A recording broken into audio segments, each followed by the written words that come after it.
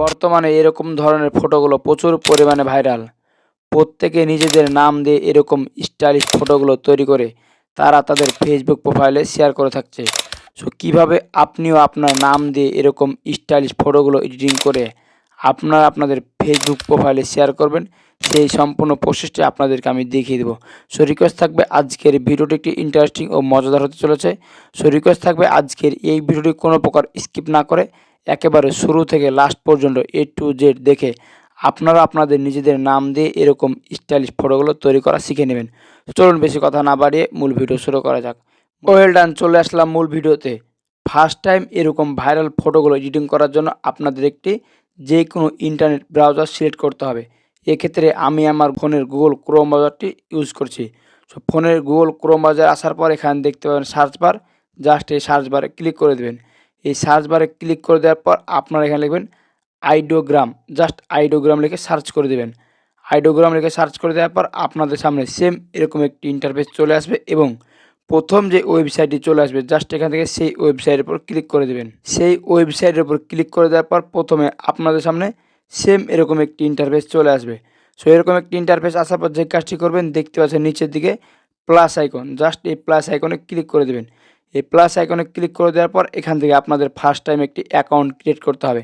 Just এখান থেকে আপনাদের ফোনে থাকা যে কোনো একটি জিমেইল দিয়ে সাইন ইন করে নিয়ে অ্যাকাউন্ট ক্রিয়েট করা হয়ে যাবে। সো জিমেইল দিয়ে সাইন করার জন্য যে কাজটি করবেন দেখতে পাচ্ছেন কন্টিনিউ উইথ গুগল, জাস্ট আপনারা এটার উপর ট্যাপ করে দেবেন। কন্টিনিউ উইথ গুগল এটার উপর ট্যাপ করে দেওয়ার পর এখান থেকে আপনাদের যে কাজটি করতে হবে আপনাদের ফোনে যতগুলো জিমেল আছে প্রত্যেকটা জিমেল কিন্তু এখান থেকে শো করবে। সো জাস্ট যে কোনো একটি জিমেলের উপর ক্লিক করে দেবেন। জাস্ট এখান থেকে আমি এই জিমেলটা দিয়ে এখান থেকে একটি অ্যাকাউন্ট তৈরি করে নেব। জাস্ট জিমেলের উপর ক্লিক করে দেওয়ার পর এখান থেকে দেখতে পাচ্ছেন লেখা আছে sign into Ideogram AI. Just আপনারা এখান থেকে এরকমই থাকবে, জাস্ট কন্টিনিউ বাটনে ক্লিক করে দেবেন।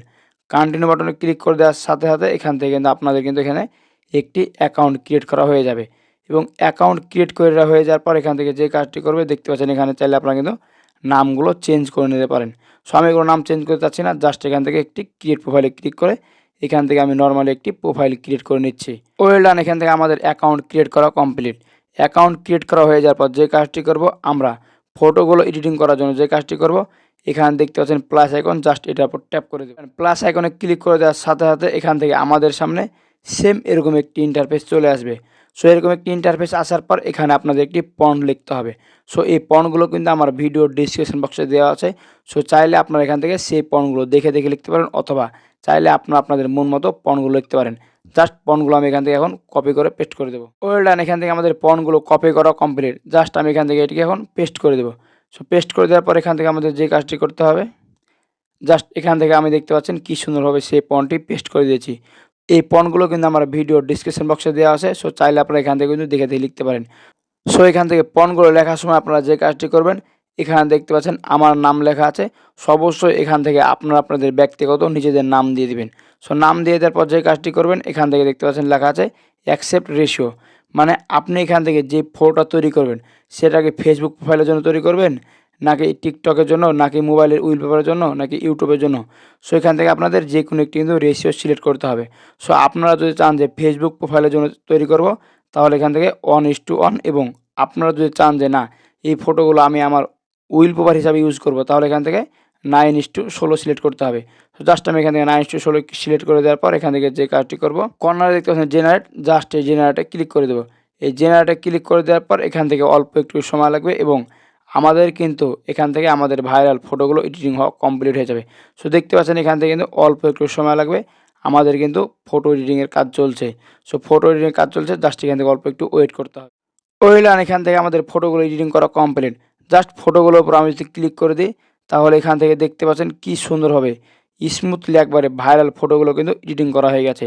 সো এই ফটোগুলো ডাউনলোড করার জন্য যে কাজটি করবেন ফটোর উপরে ক্লিক করে দেবেন। ফটোর উপরে ক্লিক করে দেওয়ার পর দেখতে পাচ্ছেন কর্নারে 3 ডট আইকন, এখানে ক্লিক করে দেবেন। এখানে ক্লিক করে দেওয়ার পর এখান থেকে আপনারা দেখতে পাবেন ডাউনলোড, জাস্ট এই ডাউনলোড আইকনে ক্লিক করে দেবেন। এই ডাউনলোড আইকনে ক্লিক করে দেওয়ার সাথে সাথে এই ফটো কিন্তু আপনাদের গ্যালারিতে চলে যাবে। সো দেখতে পাচ্ছেন এখান থেকে আমাদের কিন্তু এই ফটোটি গ্যালারিতে চলে গেল। সো ভিউয়ার্স, এই ছিল মূলত আজকের ভিডিও। আপনাদেরকে আমি যে প্রসেসটা দেখিয়ে দিলাম আপনারাও সেম একই প্রসেসে আপনারা আপনাদের নিজেদের নাম দিয়ে ভাইরাল ফটোগুলো তৈরি করে নেবেন। সো ভিউয়ার্স, এই ছিল মূলত আজকের ভিডিও। সো ভিডিওটি কেমন লাগলো অবশ্যই মতামত কমেন্ট বক্সে জানাবেন আর ভিডিওটা দেখে একটু উপকারে মনে হয়ে থাকলে অবশ্যই ভিডিওতে লাইক দিয়ে চ্যানেলটিকে সাবস্ক্রাইব করে ফেসবুক পেজটি ফলো করে আমাদের সাথে থাকবেন।